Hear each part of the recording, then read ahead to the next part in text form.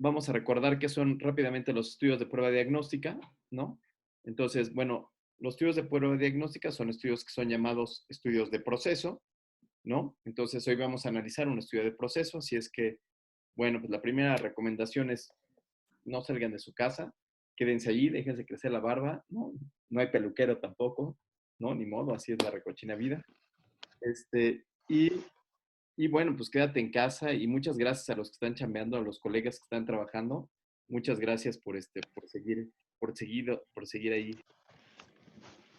Ay, qué buena onda. Nos acompañan desde los M chiquitos, los que están apenas en los primeros años de la maestría, muy bien, hasta los que ya son viejos lobos del mar, como el buen Beltrán, que no nos deja ver su cara, pero que algún día nos dejará ver su cara.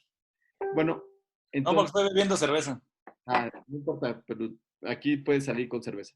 Entonces, recuerden el uso del cubrebocas. Quiero enseñarles esta foto que es de mi amigo Otto Cázares.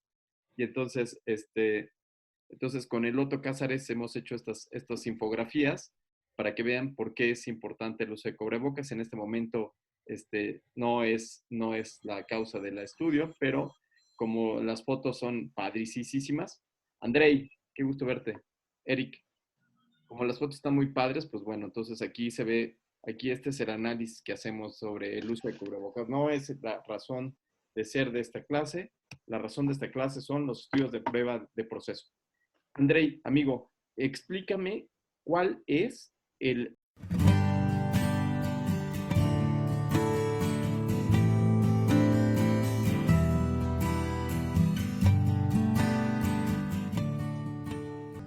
estudios de prueba diagnóstica, ¿no? Entonces, bueno, los estudios de prueba diagnóstica son estudios que son llamados estudios de proceso, ¿no? Entonces, hoy vamos a analizar un estudio de proceso, así es que, bueno, pues la primera recomendación es no salgan de su casa, quédense allí, déjense crecer la barba, ¿no? No hay peluquero tampoco, ¿no? Ni modo, así es la recochina vida. Este, y, y bueno, pues quédate en casa y muchas gracias a los que están chambeando, a los colegas que están trabajando. Muchas gracias por seguir ahí. Ay, qué buena onda. Nos acompañan desde los M chiquitos, los que están apenas en los primeros años de la maestría, muy bien, hasta los que ya son viejos lobos del mar, como el buen Beltrán, que no nos deja ver su cara, pero que algún día nos dejará ver su cara. Bueno, No, porque entonces, estoy bebiendo cerveza. no importa, pero aquí puedes salir con cerveza. Entonces, recuerden el uso del cubrebocas. Quiero enseñarles esta foto que es de mi amigo Otto Cázares. Y entonces, con el Otto Cázares hemos hecho estas infografías para que vean por qué es importante el uso de cubrebocas. En este momento no es la causa del estudio, pero como las fotos son padricísimas. Andrei, qué gusto verte.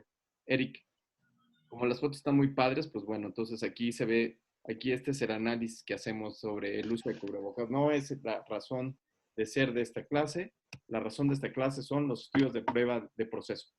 Andrei, amigo, explícame cuál es la palabra, el acrónimo de los estudios de proceso. ¿Me puedes acordar? Porque a mí ya se me olvidó.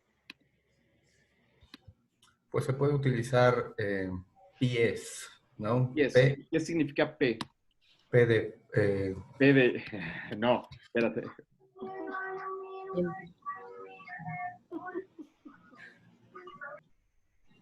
P de pacientes, ¿no? Luego, Moy, qué bueno que estás aquí. intervención. La intervención nueva, la nuevecita, ¿no? Innovación, se podría decir. Puede ser innovación mejor. Innovación. Ajá. Y luego, El estándar con el que comparas. claro, que sería el estándar de oro, ¿no? Entonces, en esta publicación que hicimos en la revista del IMSS, que ahorita les voy a enseñar dónde la pueden encontrar a todos los que no sepan, van a encontrar ahí. ¿Y cuál es el desenlace? El desenlace no es el outcome, así como en otros estudios, Andrei. Pues en algún momento hablamos de que necesitamos integrar información, sensibilidad, es lo que buscamos, ¿no?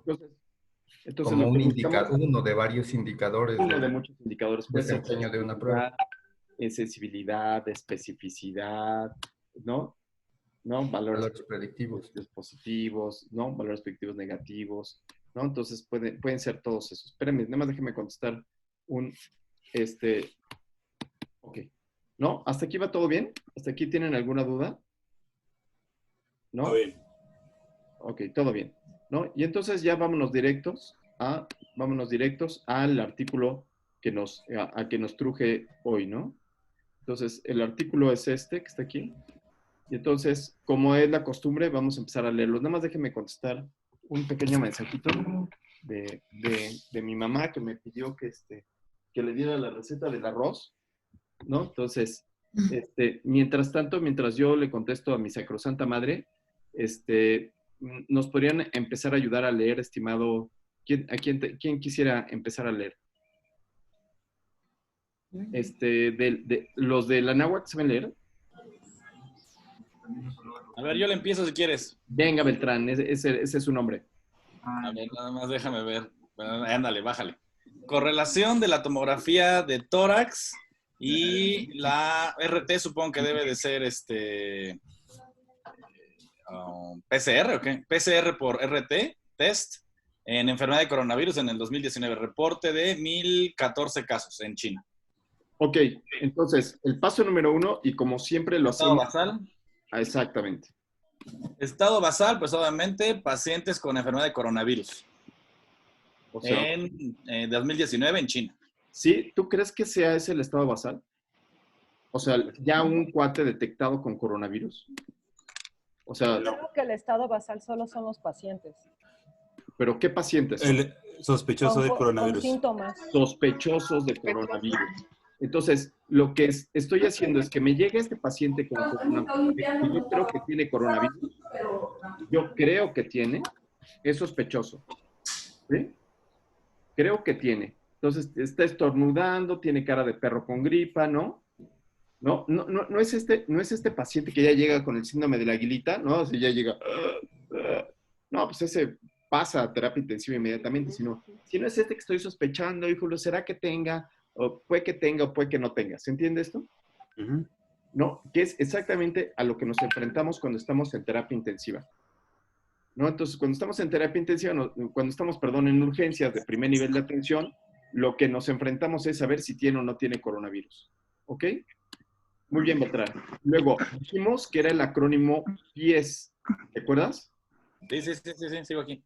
Y entonces, en ese acrónimo PIES, ¿cuál sería la maniobra innovadora que se está presentando aquí, en este escenario? Pues ellos, por lo que dice el título, obviamente quieren hacer la correlación entre el PCR y la tomografía de tórax. ¿Y cuál sería el innovador? La tomografía. La Tomografía de tomografía. tórax. La TAC de tórax, ¿no? Entonces, ellos dicen, híjole, mano, de aquí a que está el RT-PCR, me van a tardar unos días. Mejor, pues en chinga le tomo ¿no? Le tomo una TAC, lo paso a TAC y ya. El problema de esto es que en el texto del título, al menos no se dice pacientes con qué características. Exactamente. Bueno, como es una prueba diagnóstica, podríamos darlo por hecho, mi buen Beltrán.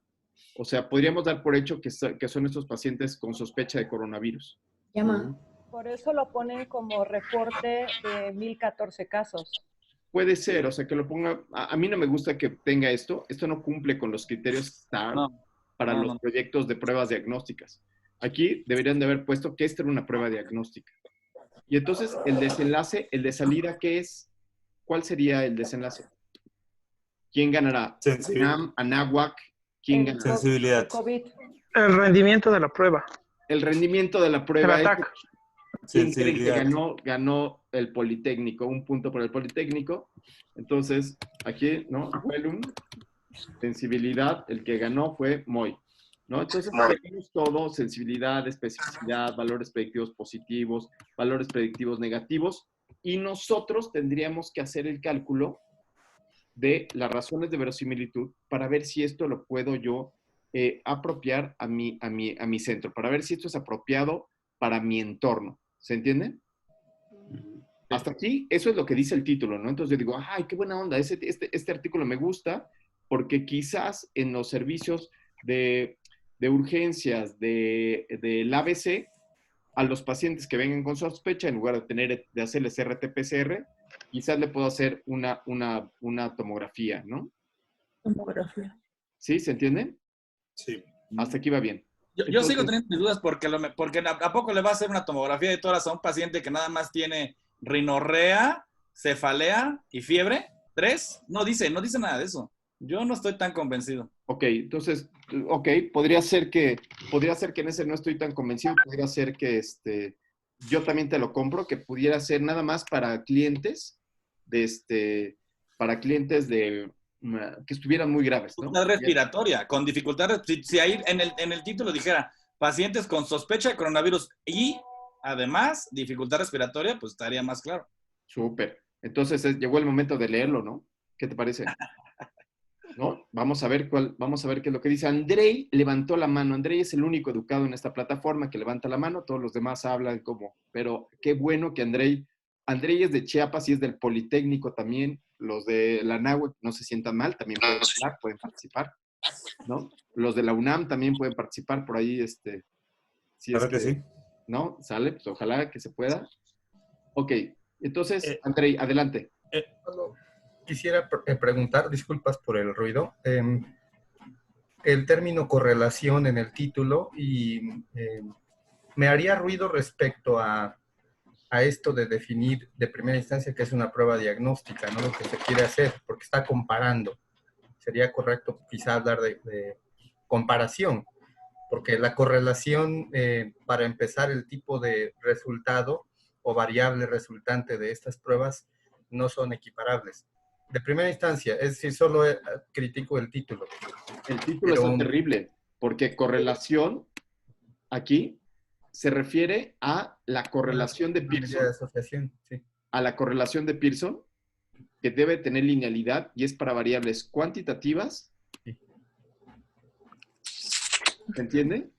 O pudiera ser la de Spearman, que tendría que ser para variables ordinales. Y es variables cuantitativas contra variables cuantitativas. Entonces, estos canijos chinitos, Tau IMMD, les hizo falta un poquito más de ir a la maestría, ¿no? Pero bueno, no seamos quisquillosos, sigamos leyendo.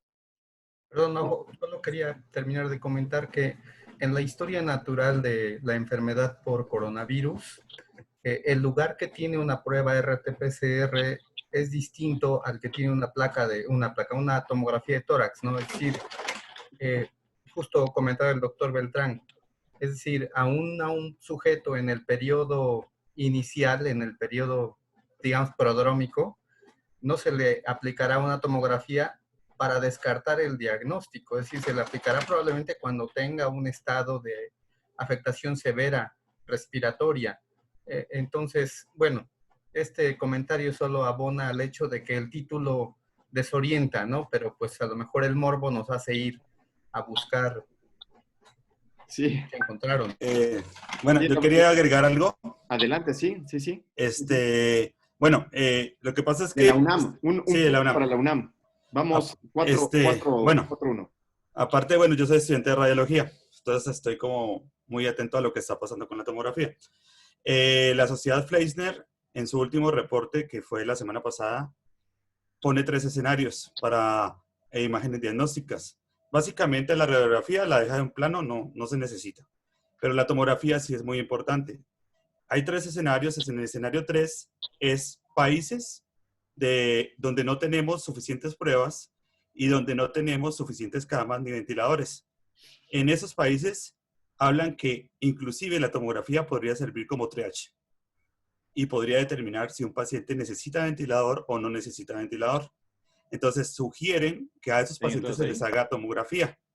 Evidentemente se le va a hacer tomografía a un paciente que tenga dificultad respiratoria. No le voy a hacer tomografía a un paciente que viene asintomático. Pero el que tiene dificultad respiratoria, sin importar su grado, se le podría hacer tomografía. Entonces, sí, ok, o sea, dándole gusto al doctor Beltrán y a ustedes 3, podríamos poner que el estado basal es un paciente con sospecha y creo que requiere ventilador, o sea, tiene dificultad respiratoria y creo que requiere ventilador. Esa podría ser una opción a lo que estás diciendo. Tenemos aquí, levantaste la mano, ¿Alguien más levantó la mano por ahí? Sí, adelante. Betsy. Bueno, en el estudio hablan de que los pacientes se supone que fueron pacientes hospitalizados. Espérate, Sí. todavía no lo leemos, aguanta, espérate, no te estás adelantando, qué mala onda. Sí, Ay, adelante, perdón. adelante. Entonces, o sea, yo pensaría que son pacientes sintomáticos que tienen algo para que tengan que ser hospitalizados. Levante la mano con la etiquetita para que yo les pueda dar la voz, pero mira, el que está levantando la mano así desde su cama, adelante. ¿Qué tal, doctor? Bueno, como comenta la compañera, pues yo creo que todos estos pacientes son sintomáticos. El diagnóstico de neumonía requiere un hallazgo radiológico. Todavía no lo leemos. Ah, no, pero me refiero porque lo de la tomografía, ¿no? Okay. No necesariamente las neumonías convencionales no todas se tienen que hospitalizar. Okay. Y estos pacientes aparentemente tampoco presentan algún tipo de tos productiva, ¿no? E inclusive se ha propuesto realizar pulsoximetría porque estos pacientes pueden estar desaturados sin manifestar disnea.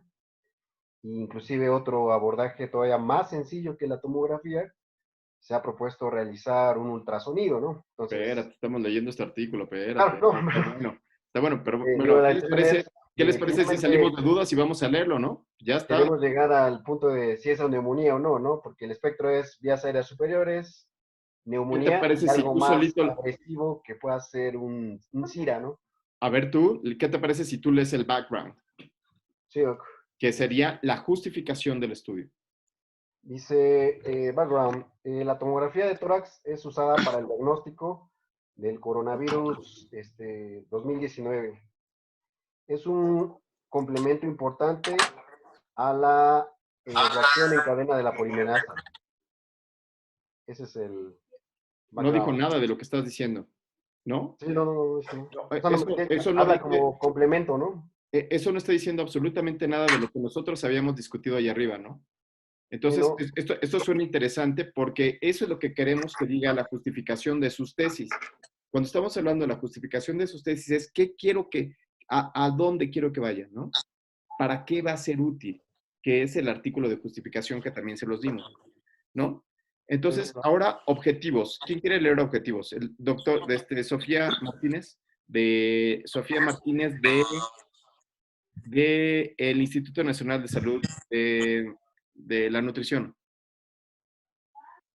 ¿No? ¿Quién quiere leer? ¿Quién quiere leer de la NAHUAC? Sí, adelante, venga. El objetivo, que el investigador diagnostique el valor de la consistencia de la tomografía de tórax. En realidad como sería investigar el diagnóstico del valor de la consistencia de tomografía de tórax como comparación con el PCR para llegar al diagnóstico de COVID-19. Esta se llama lectura crítica. Eso que dijeron ustedes sobre a qué pacientes, cuál es el estado basal, etcétera, etcétera, todo eso tiene mucho que ver con cómo está escrito. Entonces, a la hora que está escrito, quizás metieron unos tipos de pacientes sintomáticos, asintomáticos, quién sabe, no leyeron lo que nos dijo nuestro colega de la UNAM, creo que es Oscar, ¿verdad? Aquí tan solo dicen investigar el desempeño diagnóstico y qué tal es el desempeño y la consistencia de la tomografía comparada contra el RT-PCR, ¿no? Esto es lo que está pasando ahorita en el mundo del coronavirus, ¿no? En el mundo de la COVID-19, es que se están escribiendo un montón de artículos que tienen serias deficiencias metodológicas y que además de todo llegan a tener conclusiones interesantes. Me voy a saltar todos los resultados porque los vamos a analizar. Solamente quisiera que alguien me ayudara a leer las conclusiones. La tomografía de tórax tiene alta sensibilidad para el diagnóstico de COVID-19. La tomografía de tórax debería ser considerada como una herramienta primaria para la detección del COVID-19 en las áreas epidémicas. ¿Qué tal? ¿Cuál es su opinión? Mal. ¿Mal? No sabemos, ¿eh? Todavía no lo analizamos. Solamente estamos hablando de que la conclusión ahí ya están diciendo ellos, ¿sabes qué? Sí sirve, ¿no? Dicen, no manches, todos pásenlo rapidito a tomografía, ¿no? Y que lo vean 2 radiólogos por separado para que se pongan de acuerdo. Ahora... No, pero no tienen que darnos todos los demás datos estadísticos para saber si eso es verdad o no. Fíjate nada más lo que va a pasar, estimado amigo. fíjate lo que va a pasar. Ellos ¿Magia? dicen, ellos dicen, ellos dicen que efectivamente van a hacer un análisis estadístico, van a utilizar el RT-PCR como la referencia, sensibilidad, especificidad, valores predictivos positivos, valores predictivos negativos, justo como lo habíamos mencionado hace un rato. Se van a hacer intervalos de confianza de 95. Los pacientes van a ser evaluados múltiples veces y vámonos a los resultados, ¿no? Entonces, en los resultados tenemos esto. Entonces, la primera tabla, que sería la tabla 1, lo primero que vemos son estas características que nosotros buscábamos. Beltrán, amigo, ¿quiénes entraron al estudio? Así de pronto todos, ¿no? De Todos, chile, de edad, mole y de manteca. todos, revolvieron todos, ¿no? A ver, estoy tratando Desde 2 años hasta 95. Todos. Distintos factores de riesgo, ¿no? Después, ¿qué les parecen los resultados del RT-PCR? 59 contra 41. 60% prácticamente estaban positivos, ¿no? Más de la mitad positivos. Más de la mitad. O sea, lo que ellos quisieran decir es que esto sería alarmante. O sea, si bien estamos alarmados porque la presencia de la enfermedad está cerca de un 10% de la población total, esto sería alarmante. Decir que está en el 60% de la población total, eso sería, todos lo tenemos y todos nos vamos a morir, ¿no? Pero eso fue de los 1000 y tantos casos que ellos estudiaron. Exactamente. Está sesgado en la población que ellos investigaron. Exactamente. ¿Qué tipo de sesgo es ese que estamos viendo aquí para los estudios de prueba diagnóstica? De selección. ¿Cómo se llama? De selección, ¿no? ¿No es de maniobra, doctor? No, se llama sesgo de referencia. De referencia, perdón. Sesgo de referencia. Quiere decir que se fueron al hospital donde los pacientes están más graves. ¿Qué sucede en ese tipo de sesgo de referencia para los estudios de prueba diagnóstica? Es que le van a tener la mayoría positiva. Claro. Que se sobreestima la sensibilidad. Se sobreestima la sensibilidad. Casi todos van a tener. Andrei levantó la mano, entonces a Andrei le damos la palabra. Solo comentar que justo cuando se diseña el esquema arquitectónico, se tiene que considerar que en el estado basal deben estar considerados todos los elementos posibles del espectro de la enfermedad. Ese es uno de los principios que aprendemos. Porque si no terminas solamente viendo a los que están enfermos y entonces cualquier cosa puede salir, ¿no? Y entonces la edad, que es uno de los factores más importantes, aquí metieron de chile, de mole y de manteca, ¿no? Después, esto no lo sé, pero me quiero quedar con este. Entonces, ahora, no quiero salir en pantalla porque hoy sí, fue la clásica de no me quiero bañar, no me quiero. Brenda, apaga tu wifi. Brenda, báñate, no seas como el doctor. Bueno, entonces habíamos quedado con todo esto. Y entonces aquí tenemos el primer escenario, que es cómo, esto se llama un flowchart tipo consort, en donde se ven cómo quedaron los pacientes. Entonces, en primer lugar quedaron 1014 pacientes, de los cuales 580 fueron positivos. Estamos viendo la de Susana a distancia. 308 pacientes, 21 pacientes positivos para RT-PCR, y con eso quisiéramos armar la tabla de 2x2. Todos se saben la tabla de 2x2, me imagino. Doctor Rivas. No se ve la imagen. Estamos viendo la imagen de Susana a distancia, no estamos viendo la tabla de 4x4. O tú eres lo máximo, gracias. Discúlpame. Aquí estoy yo. Creo que es este. Entonces, en realidad, ahí está, ya estoy. ¿Ahora sí está? Sí, gracias. Gracias, Otto, a ti. Entonces, lo que le estaba diciendo hace rato es que estábamos aquí viendo el flowchart, y con este flowchart lo que nos permite hacer es una tabla de 2x2, ¿sí? Si alguien le puede sacar una foto a este flowchart, porque ahorita me van a dictar cómo se hace una tabla de 2x2. Si alguien lo puede hacer rápidamente. Gracias, Beltrán. ¿Listos? Dale. Obviamente la tabla de 2x2 es esta que se acuerdan ustedes. donde tengo A, B, C y D, donde tengo los positivos, el estándar de oro en la parte de arriba. Era una hoja. ¿Sí? Y entonces voy a pasar a la siguiente diapositiva. Entonces, aquí tengo el estándar de oro, que sería RT-PCR positivo, ¿sí?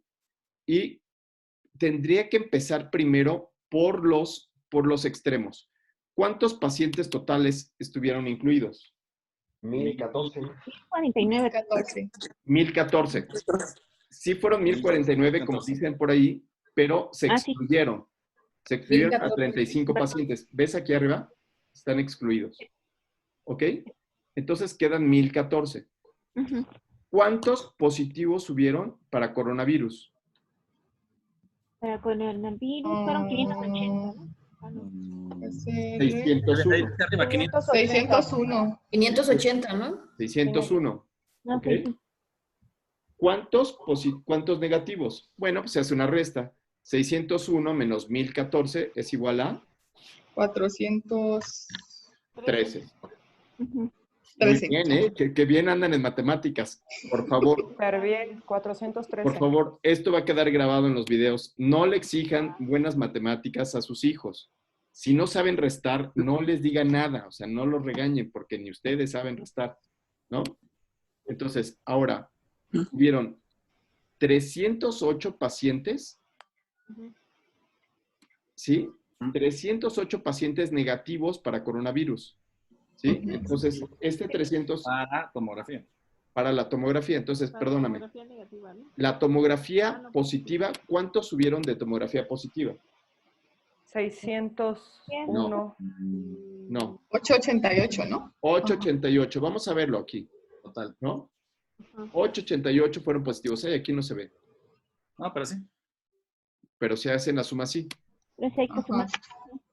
888 menos 1014, ¿cuánto es? 126. Bien, bien. Tú sí le puedes exigir rápidamente a tus hijos, ¿eh? Tú sí le puedes decir, hijo, haz bien la tarea, haz buena letra. Tú sí puedes. Ok. ¿Cuántos pacientes con TAC positiva tuvieron RT-PCR positivo? 580. 580. Pues con esto ya quedó. Con ese solo dato ya me permite hacer todas las demás evaluaciones. ¿Sí? 580. ¿Y aquí cuál sería? 21. 21. 580 más 21 es igual a 601. Y acá, 308. 580 menos... ¿sí, cuánto? 308 ahí. 308. ¿Y acá? 105. 105. 105. ¿Correcto? Entonces, lo que no hicieron en el artículo es darnos esta tabla de 2x2. Eso es algo que podríamos pedirles a los autores, ¿no? Que queremos esta posibilidad para nosotros poder hacer los cálculos, ¿sí?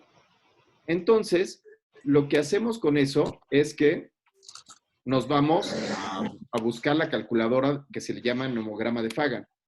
A ver si me sale. Tiene que ser aquí en Google Chrome, claro. ¿Sí? Tengo en mi pantalla, Ofu, si quieres. Ah, bueno. Ahí está.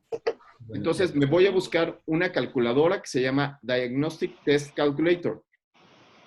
Y lo único que hago es que la alimento 580, 308, 21, 105. Encuentro que fueron 601 pacientes enfermos, 413 pacientes bien. O sea, lo que estamos viendo es ridículo esto es ridículo debido a que están incrementando al cuádruple la prevalencia de la enfermedad. Y vamos a ver cuánto salió de sensibilidad, Otto. ¿Cuánto salió de sensibilidad? Sensibilidad fue 97%. Bien, 96.5, perfecto. Sí. Pues, ¿qué significa la sensibilidad, Otto? La capacidad de la prueba para poder detectar a los verdaderamente enfermos. A ver, fíjate muy bien. Como es un artículo que ya se escribió, lo tienes que decir en pasado. Ah, ok. ¿Sí? Es la capacidad que tuvo la prueba en este estudio para detectar a los verdaderamente enfermos. Sí.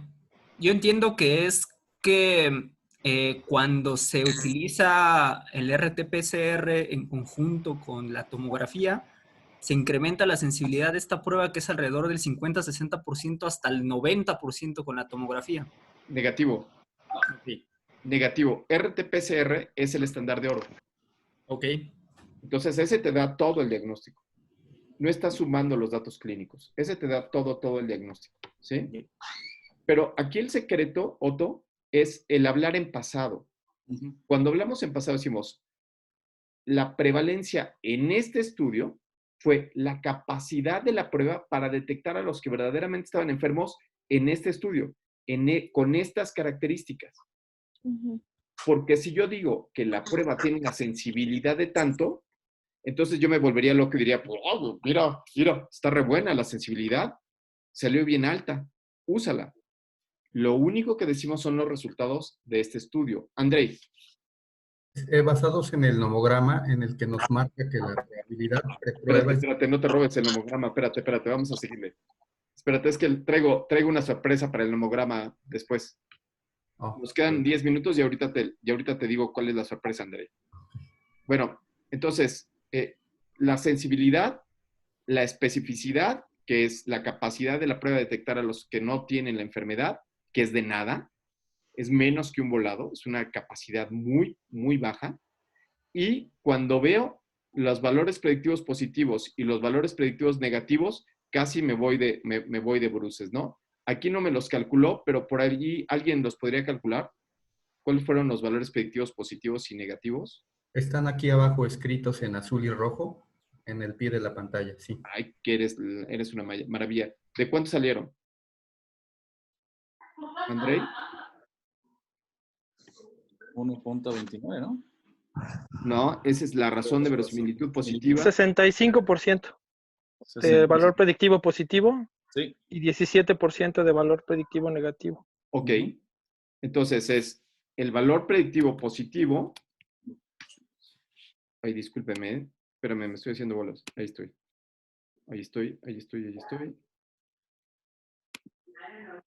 Entonces, Moy dice valor predictivo positivo. ¿De cuánto fue? 65%, ¿no? Así es. ¿Y valor predictivo negativo? 17%. ¿Cuál es la diferencia entre sensibilidad, especificidad y valores predictivos positivos? ¿Qué significa un valor predictivo positivo? Es la capacidad de la prueba para detectar a los sujetos. No. Bueno, okay. Verdaderamente enfermos. No. Valor predictivo positivo. Negativo. Es hacia Eso la es prueba, sensibilidad. no con el paciente. Es la probabilidad que tiene el paciente de ser positivo si la prueba le sale positiva. Y decíamos que hay dos momentos. El momento en donde yo voy a mandar la prueba, porque tiene buena sensibilidad y especificidad, y el momento en donde yo recibo el resultado y le voy a decir algo al paciente. Ahora, con todo esto, saco la famosa, las razones de verosimilitud, ¿cierto, Andrei? ¿Te acuerdas de la fórmula de las razones de verosimilitud? Venga, Andrei. Andrei. Prende tu micrófono, no te escuchas, Andrei. Perdón. Sí. Es una proporción. La razón de verosimilitud positiva es igual la sensibilidad sobre 1 menos la especificidad. Y aquí nos da una razón de verosimilitud positiva de 1.29, es decir, prácticamente son iguales el numerador y el denominador. Entonces, la probabilidad postprueba no cambia, cambia en un 3%. Entonces, vamos a intentar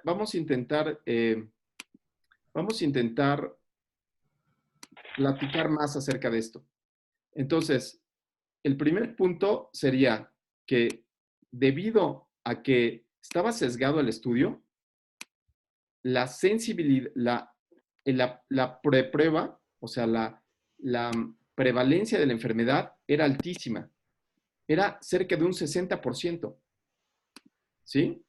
Entonces, ya de entrada, o sea, ya nada más de entrada, pues casi yo tenía que decir sí tiene coronavirus, como dice el doctor Gatell, dice, pues hay tantos que van a llegar que tú dalo porque tiene, ¿no? Asúmelo por hecho. ¿Por qué? Porque la razón de probabilidades después de usar la prueba, es decir, yo aquí lo someto a esta razón de verosimilitud que es de 1.2 y me va a elevar de un 60 a un 70% post prueba. Después de utilizarlo, pasé de un 60 a un 70%. ¿Se entiende esto? O sea, ¿de qué me sirvió la tomografía? De nada. De un 10%. Muy poquito. Bueno, alguien diría, bueno, pues algo es algo, dijo un calvo. Sí, pero si dices una tomografía, ¿cuánto cuesta? Una tomografía vale 10,000 pesos. No tanto. En salud, 300 la tomografía simple. ¿En dónde? En salud digna. En salud digna, ¿cuánto? 300. No tanto. Ay, qué bárbaro. Bueno, está bien. Resolución, inspiración, expiración. Ok, pero ¿qué tal si hablamos de la verdad? Si habláramos de la verdad, diríamos que ahorita más o menos la prevalencia de la enfermedad de estos pacientes que llegan a urgencias sería de que el 10% de estos pacientes tengan coronavirus, que es la prevalencia de la enfermedad. Si yo, Andrei, ¿de cuánto es la prevalencia de la enfermedad? Andrei, adelante. No sé si valga la pena considerar esta regla que dicen del 80, 15 y 5. Es decir, 5% de las personas enfermas requerirán, por su gravedad, apoyo ventilatorio. Y al principio hablábamos que el estado basal sería básicamente ese, ¿no? La incertidumbre que tenemos se radica en esto de requerirá o no apoyo ventilatorio. Entonces, asumamos una prevalencia de 5%. ¿Qué tal aquí 5%? ¿Se ve? ¿Me siguen aquí esta regla? 5%. Solo el 5% lo mando a Salud Digna. Ojalá que nos paguen el comercial. No nos quiten de YouTube. Y lo paso por el 1.29. ¿Qué pasa con el diagnóstico? Menos, más abajo del 10%. Menos, más abajo que el 10%. Bueno, vámonos a otro escenario, un escenario del 20%. Paso por el 1.2. Bueno, pues con esta prueba nada más tengo el 30% de probabilidad de que usted tenga la enfermedad. Ahora, ¿qué pasa si lo quiero hacer para un hospital en donde llegan con el símbolo de la aguilita, llegan así ya con dificultad respiratoria, llegan súper mal, como quieran, no hay ningún tratamiento, no hay tratamiento para coronavirus, lo tengo que intubar de todas maneras, ¿sí? Entonces, ¿qué va a pasar? Bueno, pues si le hago la tomografía y encuentro datos, del 70 me voy al 80, otra vez un 10%. Es decir, que no vale solamente la sensibilidad, sino tengo que ponderar, ¿no?, la sensibilidad sobre la especificidad. Es como cuando uno se casa. No nada más te casas porque la chava esté bien bonita, ¿no? Sino tienes que ponderar en que la chava esté bien bonita, pero que además sea inteligente y a veces que te quiera, ¿no? Pues ya, si te quiere ya es ventaja, ¿no? Sí, André. Pero yo siento que hay un desenfoque aquí del propósito de la tomografía, porque no nos alivia la incertidumbre de si el sujeto tiene esta enfermedad COVID o no. Es evidente que la tiene, que la prevalencia va a crecer. Se describen dos fenotipos pulmonares, de esto saben muchísimo más los intensivistas, y probablemente para tratar de diferenciar por el modo de manejo que van a requerir, la tomografía quizás sí sirva como prueba diagnóstica de alguna de esas dos posibles vertientes, pero no para el hecho de decir si es o no enfermo por enfermo COVID o enfermo grave COVID, ¿no? Finalmente, al estar grave, va a tomar dos posibles caminos en sus requerimientos asistenciales. Entonces, no sé qué opinen los intensivistas respecto a que estos datos podrían ser analizados desde otra perspectiva para no desperdiciarse. Son más de 1,000 pacientes y darle su justo lugar a la tomografía, como el compañero de radiología nos decía al principio, ¿no? Sí. Comparar esto con ultrasonido o eso. Ya nos queda menos de un minuto. Justamente quería hablar algo de eso. Si quieren, está buenísima la discusión. Nos queda menos de un minuto. Espérenme un poco. Les quería hablar algo de eso porque... Les quiero proponer una cosa, que se va a pagar y la propuesta es que está bien bonita la plática. Entonces, en el momento que se apague, vuélvanse a conectar para seguir adelante con la plática, si les parece bien, ¿no? Para no dejarlo ahí, ¿no? Bueno, entonces, aquí veíamos que el artículo, la verdad es que no ayudaba para hacer diagnóstico, pero ¿para qué sí podría ayudar a hacer la tomografía a los pacientes? Otto. Se ha propuesto también scores de acuerdo al número de lóbulos afectados, de acuerdo a la forma de presentación tomográfica, para predecir qué pacientes se pueden poner mal. Pronóstico. No Claro. se ha evaluado bien eso. Se comentaba que también para definir qué tipo de fenotipo clínico tenemos. Sin embargo, yo creo que, no creo, estoy seguro que no aportan mayores datos una tomografía que la monitorización del ventilador. El ventilador tiene una forma de monitoreo que nos permite evaluar las condiciones pulmonares del paciente, que incluso se han propuesto abandonando la clínica, que incluso sin estetoscopio, ¿no? Sin escuchar al paciente, nosotros con las curvas, las presiones, sabemos cómo está ese pulmón en un momento dado. A mí también me suena más interesante que el manejo de los pacientes en terapia intensiva sea un manejo dinámico. Entonces, en este paciente, en esto que sea dinámico, esta es una enfermedad donde el intensivista está pegado al monitor y está pegado al ventilador y está incrementando, está disminuyendo las capacidades. Por lo tanto, un estudio como la tomografía, desde mi punto de vista, que es tan estático, quizás no podría hacerlo. Aunque si es que llegara a haber una oportunidad, el estudio no sería de prueba diagnóstica, como es que plantearon, sino quizás el estudio pudiera ser un estudio de pronóstico. Bueno, si me permiten Sí, hablar un Carlos. poco y controvertir un poco al doctor Otoniel. Precisamente los que están proponiendo eso son intensivistas italianos. Son los que están diciendo es importante la tomografía para definir qué paciente va a ser ventilado de una forma, digamos, intensiva, o le podemos dar un manejo menos agresivo. Ambos van a estar hospitalizados, evidentemente, pero le vamos a dar distintos manejos. ¿Eso para qué? Para evitar que se saturen las camas y se sature el sistema.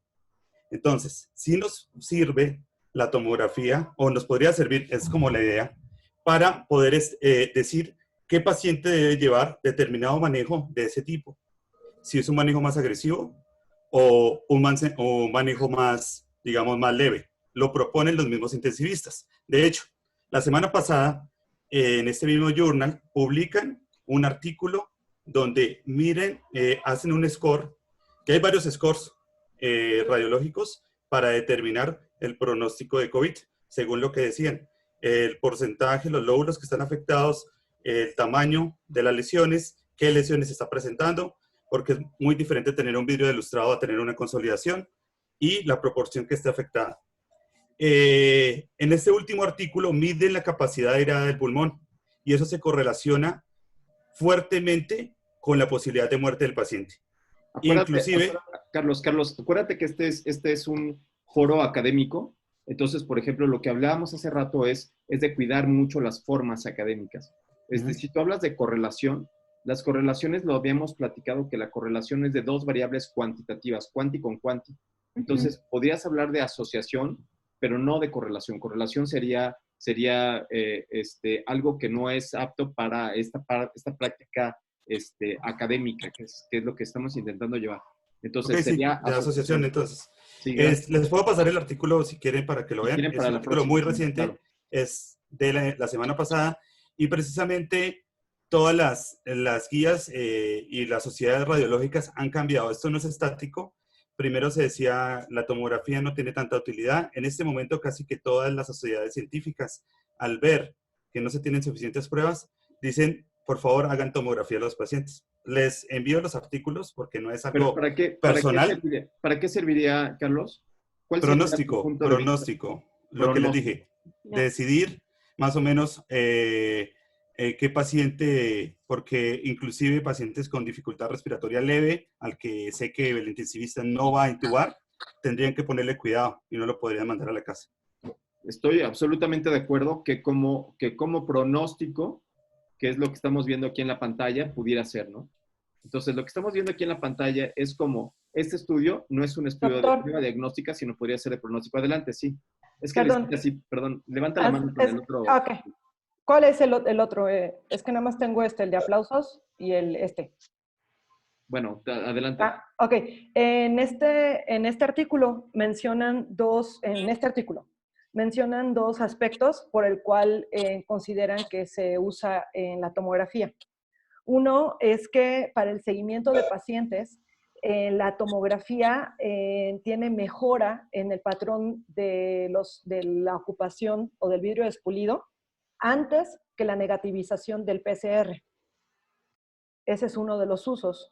Y el otro uso ese uso, perdóname, ¿ese uso sería que un uso pronóstico? ¿Ese uso te ayudaría a hacer un pronóstico? ¿O qué es lo que tú estás proponiendo? Sí, como pronóstico, o sí, para pronóstico, para incluso dar de alta a tu paciente. O sea, porque mejora la TAC antes que se negativice la PCR. Obviamente, ahí tiene que ver los síntomas de tu paciente. Preguntémosle, ahí tiene levantado la mano así con un dedito el buen Beltrán, adelante. Pero es que no tiene nada que ver, porque tú vas a dar de alta al paciente por la clínica. A mí me vale gorro si tiene la PCR positivo como la tenga. Si tiene dificultad respiratoria, no lo vas a dar de alta ni de la Claro, preventiva. aquí te lo pone así el estudio. Aquí sí te lo pone así el estudio. Pero y además esto lo hacen en Estados Unidos, donde tienen que tener una prueba que te confirme que el paciente ya no tiene coronavirus. Yo te entiendo al 100%. Ahí la clínica siempre es la que te va a reinar. Pero tienes que tener una prueba Es una parte importante de la lectura crítica. La lectura crítica es, independientemente de lo que esté escrito aquí, es cómo podemos sacarle el conocimiento a estos artículos para que nosotros podamos tomar o no decisiones. Entonces, este artículo que habla sobre el uso de la tomografía y Oscarito y Carlos Valencia nos decía, ¿sabes qué? Que en muchos países y muchos lados lo están utilizando como pronóstico, que yo estoy seguro que a mí como pronóstico sí me gustaría probarlo.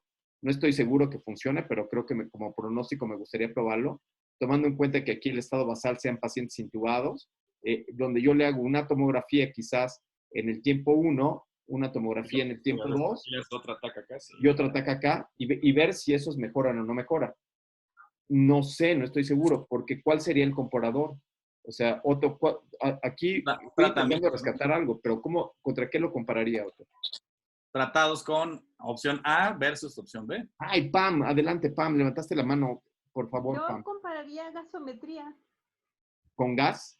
Con gasometría, sí, porque si estamos hablando de pronóstico, a lo mejor hasta podría ser un escenario anterior a intubarlo, ¿no? Oye, O comparar gasometría con tomografía y ver pronóstico.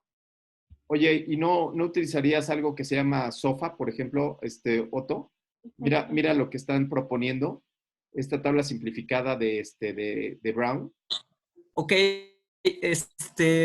en la tomografía lo que nosotros queremos ver son las áreas afectadas. Con lo que lo podemos comparar es con la pletismografía o la tomografía por bioimpedancia, con la cual cuentan los ventiladores de última generación. Eso, para poder evaluar el porcentaje de pulmón potencialmente reclutable y las áreas afectadas. No podría ser con gasometría, no es comparable con un estudio de imagen, tiene que ser otro de imagen. Bueno, yo quería... adelante, Javier. Digo, estoy de Los acuerdo. hallazgos radiológicos muchas veces no correlacionan con el pronóstico, ¿no? Y en ese sentido, la herramienta del SOFA te mide 6 órganos o sistemas. Si se te comprometen 3, 5 o 6, pues están ligados a la evolución y a la mortalidad. En cambio, los hallazgos radiológicos no necesariamente se correlacionan, ¿no? En ese sentido, pues podría tener razón Pame, ¿no?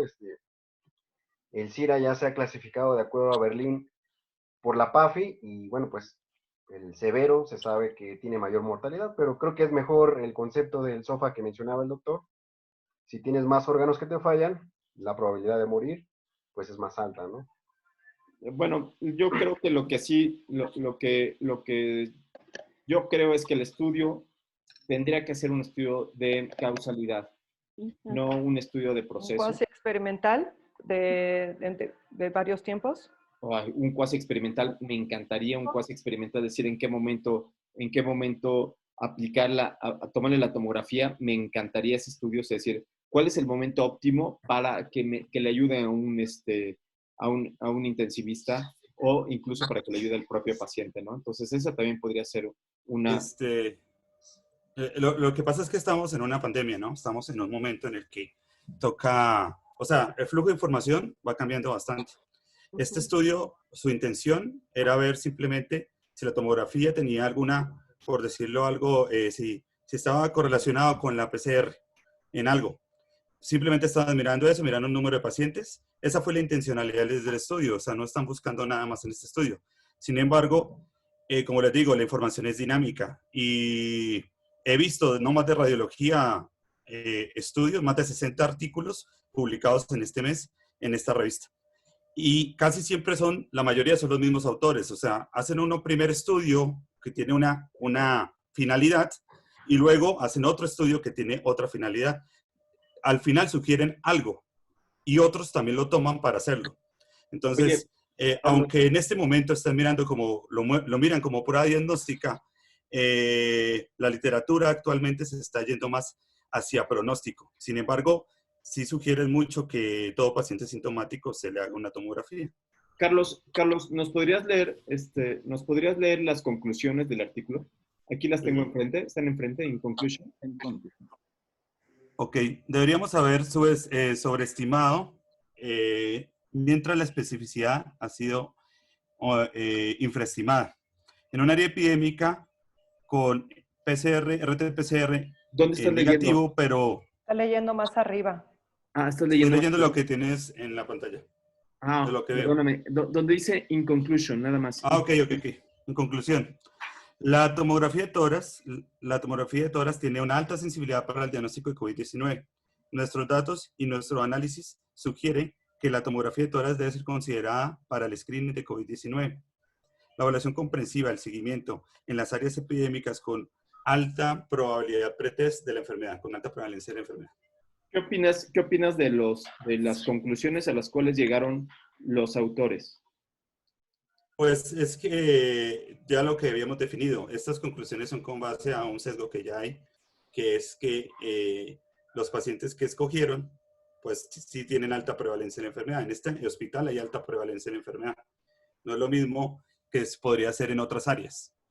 Entonces, lo sugieren como una prueba de screening, que en realidad la tomografía no podría ser una prueba de screening. Sí, pero pues con una alta sensibilidad, pues sí. El estudio tomó mucha relevancia, particularmente aquí en México, ¿no? Donde inicialmente no habían liberado las pruebas, ¿no? Aún en los institutos COVID tardaban 48 o 72 horas, ¿no? Entonces, de alguna manera fue una respuesta para tener de manera provisional un diagnóstico, ¿no? Porque, pues, digo, ahora ya, hoy día, pues ya hasta en laboratorios privados son muy accesibles, ¿no? Pero en las primeras semanas, no solamente el INDRE realizaba las pruebas y pues tardaba más de 72 horas, ¿no? Entonces, parecía, desde mi punto de vista, tenía mucho sentido el estudio, pero en la fase inicial, ¿no? Ahorita, pues ya se han liberado las pruebas y bueno, pues ya, pues ya.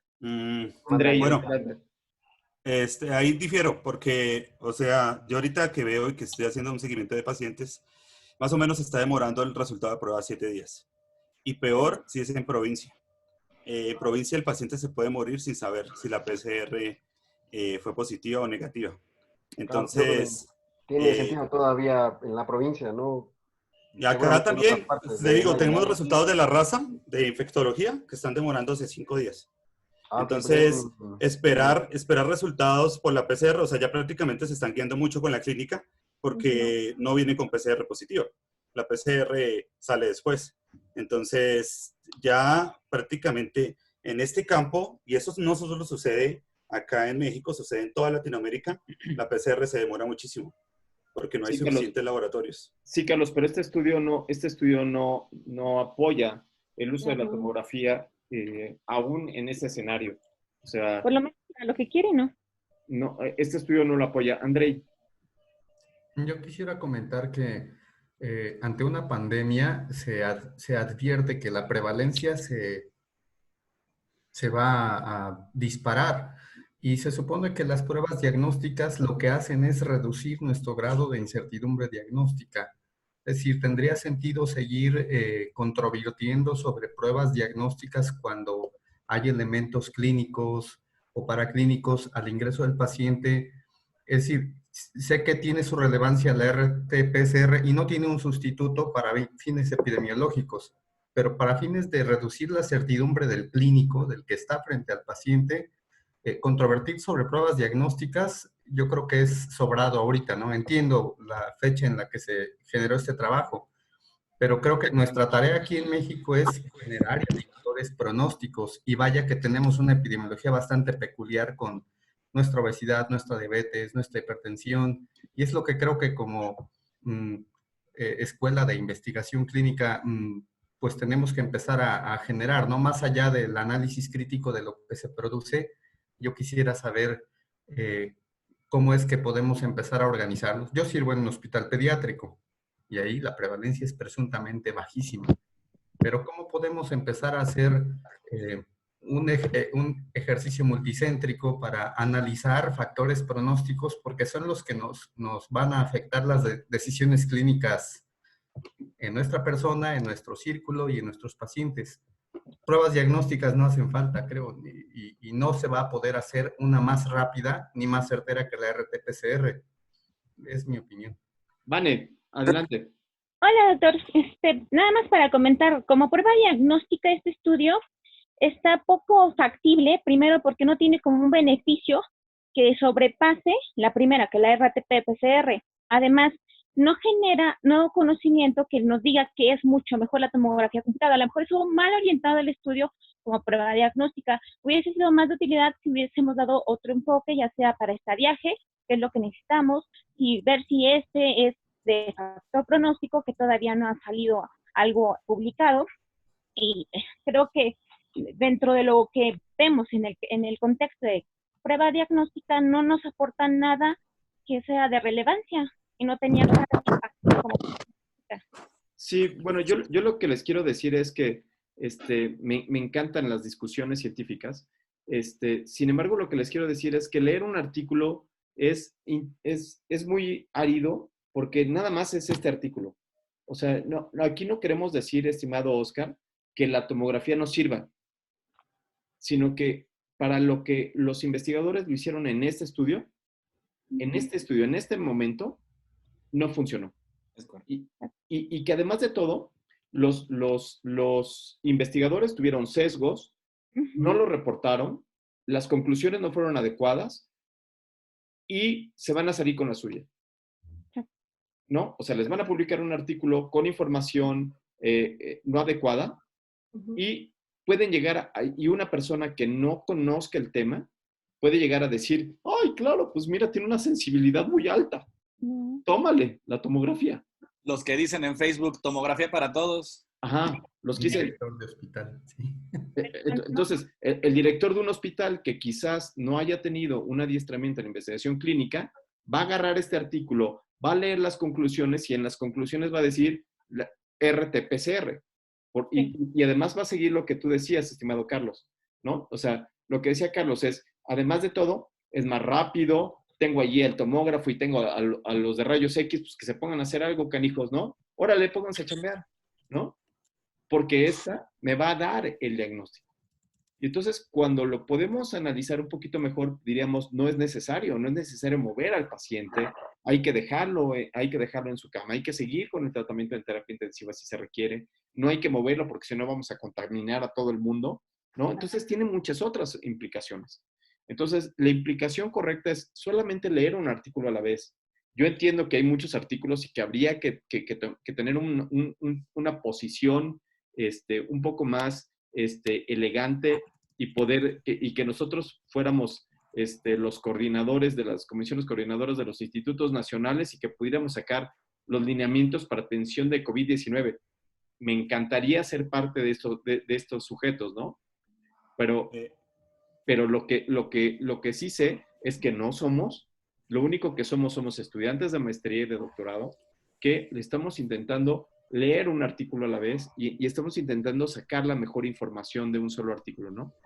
Que hay muchas posibilidades para esto, creo que sí, Carlos, ¿no? O sea, creo que hay muchas cosas que nos pueden dar a entender estos artículos en cuestiones pronósticas, ¿no? Pero que tenemos que ser muy cautos a la hora de la lectura y tenemos que ser muy propios en las condiciones académicas del lenguaje.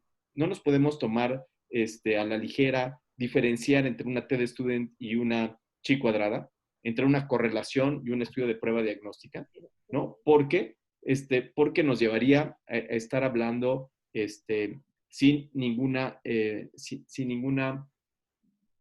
vocabulario científico, ¿no? Entonces, bueno, pues aquí, yo creo que aquí le dejamos. No sé, Carlos, si quieras platicarnos alguna otra cosa más, todavía nos quedan unos minutos.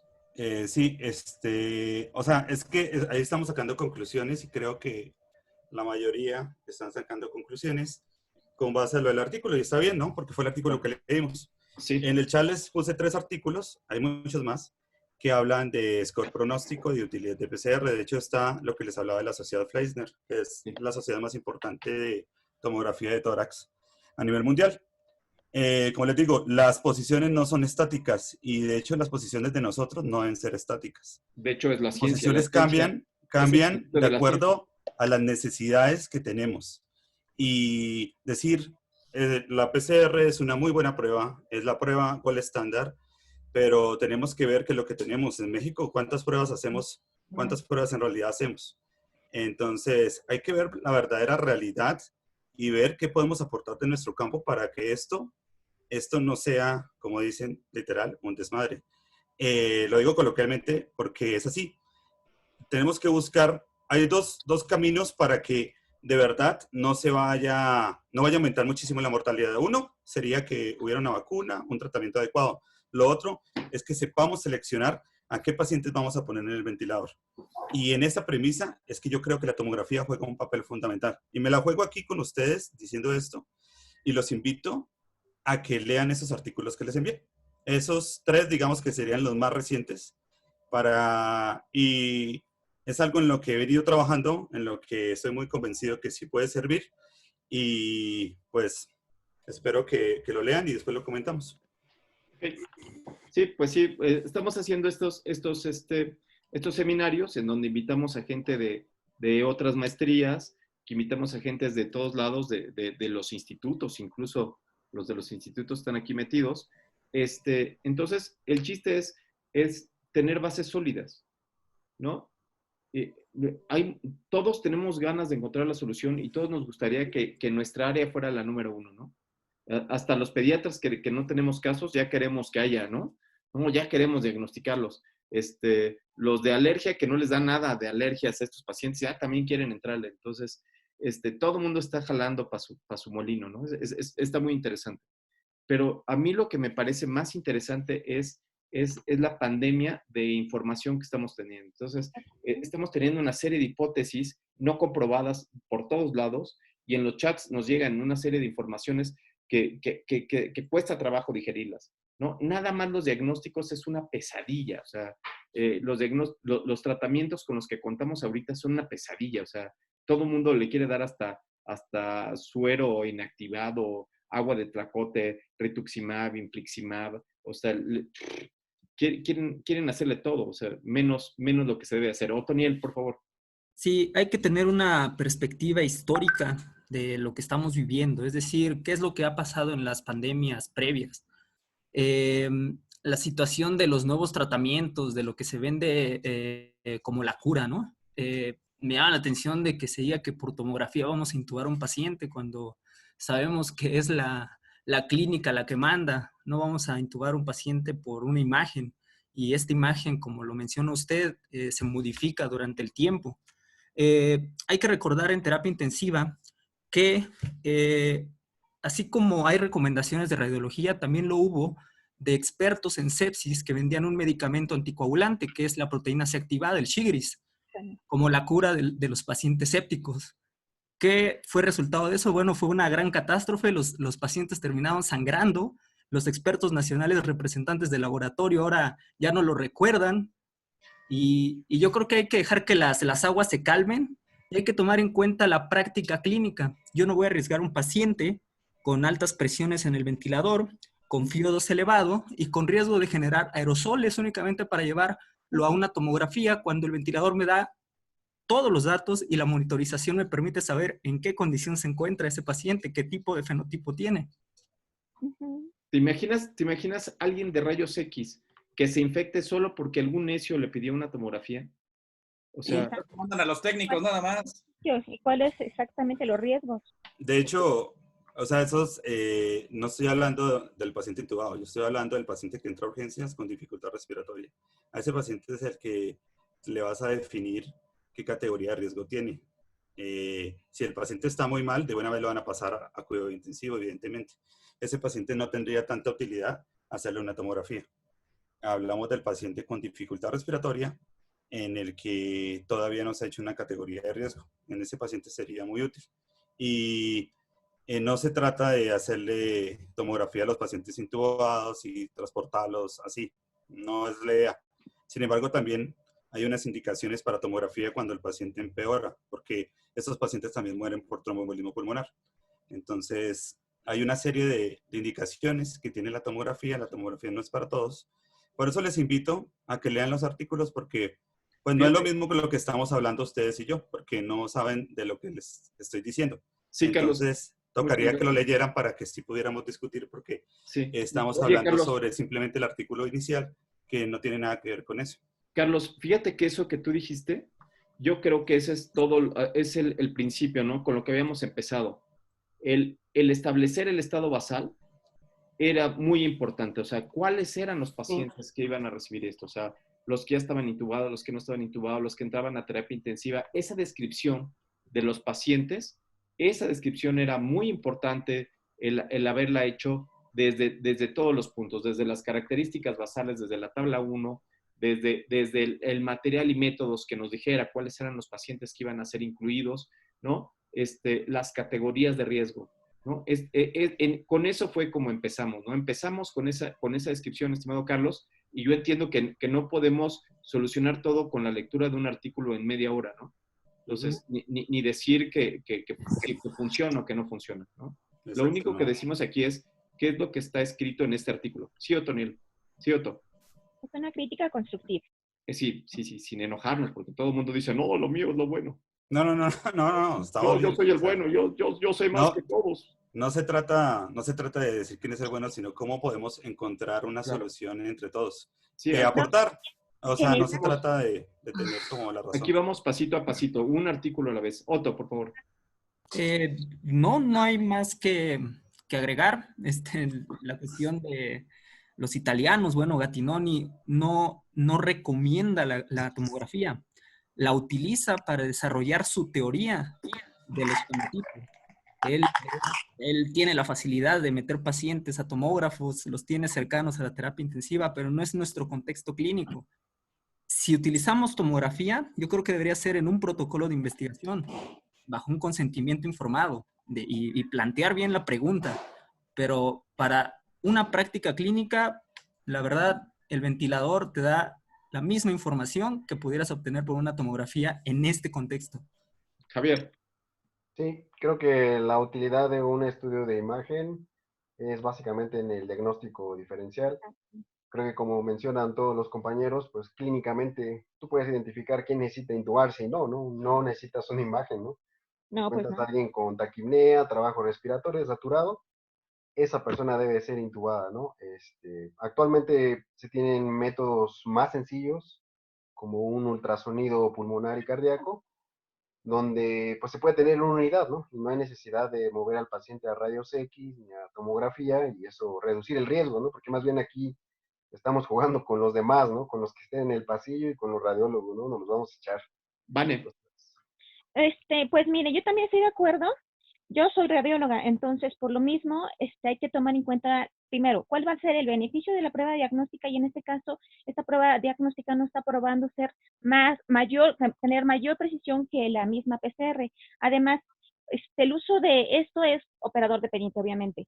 Si no se hace adecuadamente como es una adecuada inspiración o expiración y si no se hace con la técnica que debe ser, pues obviamente que también vamos a sesgar nuestros hallazgos. Claramente ya, seguramente ya vieron todos los artículos que están emitiendo por parte de de muchos organismos, sobre todo la RSNA, en donde tratan de enfocar estos hallazgos para ver un estadiaje que nos ayude a lo mejor para ver qué tanto factor pronóstico va a ser para que vaya a terapia, para que vaya a un tratamiento ambulatorio. Si bien este artículo no es el único, hay muchos más que están tratando de hacer lo mismo, pero casi siempre lo que tratan es de que pues comparar la placa de tórax, es la más barata, es la que está más accesible en todos los servicios, y el ultrasonido, pues sí lo pueden utilizar, pero el ultrasonido es más enfocado, sobre todo como es operador dependiente, a aquellos que estamos pensando ciertas cosas, por ejemplo, una consolidación, o queremos hacer un diagnóstico diferencial. La tomografía, obviamente, sabemos que en nuestro medio, sobre todo en México, no está de todo disponible, sobre todo porque es costosa. No todos tienen la herramienta, y aparte de que después de que hagamos un estudio de tomografía computada, obviamente hay que hacer una desinfección, y eso para el equipo 3 horas. Eso no lo costó cualquier, sobre todo centro diagnóstico o ya de IMSS o Secretaría de Salud. Bueno. No, la desinfección del equipo es solo media hora, en realidad. No son 3 horas. No, 3 horas no es, doctor. Dependiendo si baja con el ventilador, sí o no. Si baja con ventilador, son 3 horas. Bueno. En mi hospital es media hora. En mi hospital es media hora. Hasta 1 hora. Bueno, depende. Estimada Lulú, estimada Vane, estimado Carlitos, sí, está padrísimo esto, pero acuérdense que el objetivo de esta no se puede perder, ¿no? El objetivo es académico y es de leer artículos, ¿no? Entonces, yo creo que entre radiólogos pudieran pensar si es de 3, si es de 1 hora, o si de 20 minutos, o cómo se le puede hacer. Yo creo que está buenísima para hacer una discusión y ver los artículos y ver qué es lo que hay que desinfectar, ¿no? Entonces, me parece que hay mucho por estudiar, pero bueno, pues ahorita ya se nos acabó ya casi 2 horas. Qué rápido, ¿no? Se fue. Y ya hay que ir a dormir a los niños, ¿no? Y entonces, bueno, muchísimas gracias. Estuvo muy ruda Carlitos, gracias por participar, porque nos pusiste a temblar con muchos conceptos. Espero que también te haya servido a ti desde el punto de vista de metodología, de ciencia, de estadística, no nada más de la parte técnica, sino la parte ya de la discusión científica como tal, sobre la utilidad y sobre que puede ser que sí sirva, pero si no lo podemos decir, no lo podemos representar matemáticamente, no tiene ningún valor, ¿no? Entonces, lamentablemente así es la ciencia. La ciencia hay que demostrarla y se tiene que repetir en otros escenarios, porque de otra manera, pues no, de otra manera no funciona, ¿no? Entonces, bueno, pues... Doc, un comentario final. Hay un último artículo que salió el viernes, que es metaanálisis de todos los estudios que han hecho de RT-PCR y tomografía. Creo que ese artículo es más importante aún que este. Entonces... ¿Lo quieres ver ahorita? No, yo creo que no me va a dar tiempo. No, después lo podemos ver. Ha sido tiempo. Miren, hay que ir a dormir a los niños. Nada más les quiero enseñar una sola cuestión de ese artículo que está bien bonito. En donde se ve exactamente lo mismo que aquí, ¿eh?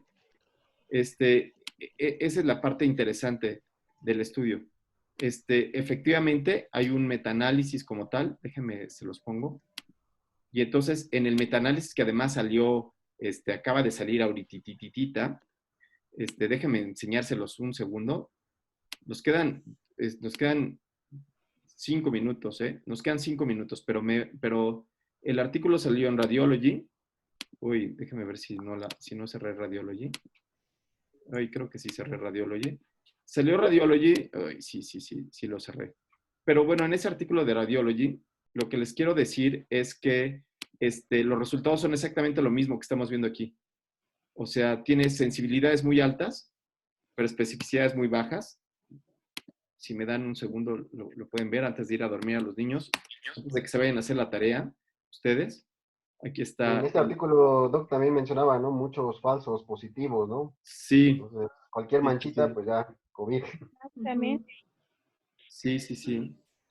No, tampoco cualquier manchita. Hay unos criterios tomográficos. Sí, pero bueno, el metaanálisis, que por cierto fue de 2 estudios, ¿no? No está mal, pero bueno, de 2 estudios luego ya dices, bueno, está bien, ¿no? Pero Está bien, pero no está bien. ¿no? Está bien, pero no está tan bien. Mandé la liga al chat, Doc, para que... Ah, ya la Aquí encontró. está Radiology. Aquí está la revista Radiology como tal. Y entonces, en Radiology, dice los últimos artículos, no, de hecho fue este artículo, fue este número Sí, actual, fue el último. que es el número el de abril del 2011 y es el primer artículo en donde, no fue el primer artículo, sí, fue el primer artículo. Aquí está. Ay, se me está acabando el tiempo, 3 minutos 56. Ahí está, ya pasó. ¿Ya lo vieron? Ya lo pasó. ¿Ya lo pasé? Ay, Dios.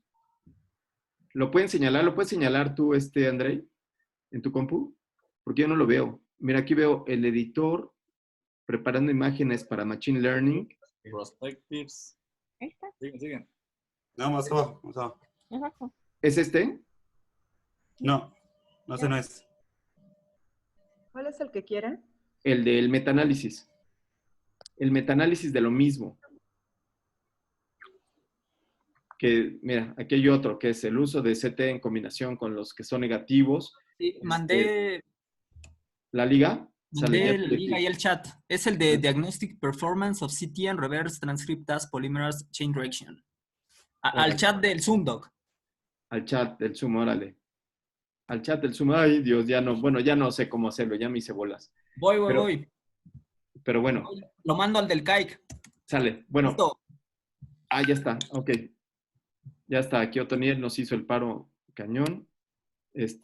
Déjeme, tenemos 2 minutos 42, en 2 minutos, ahora vamos a leer artículos en 2 minutos 42.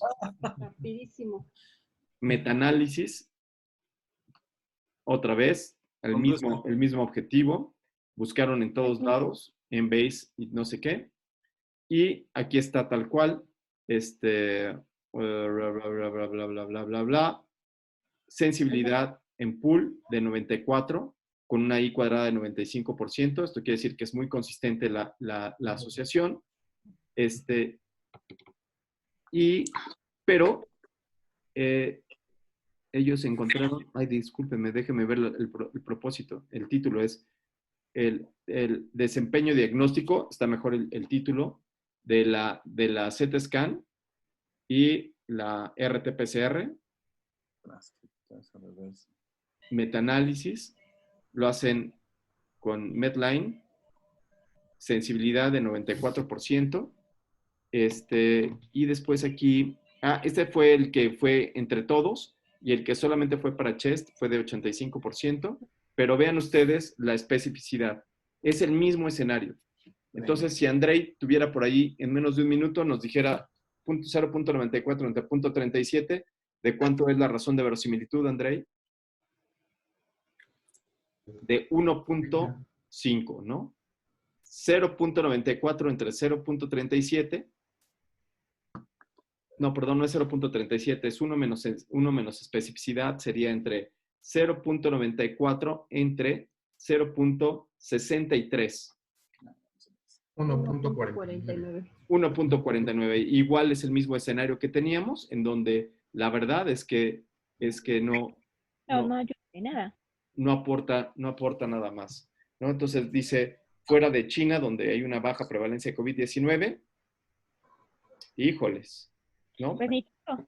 Bueno, aquí le dejamos ahora sí.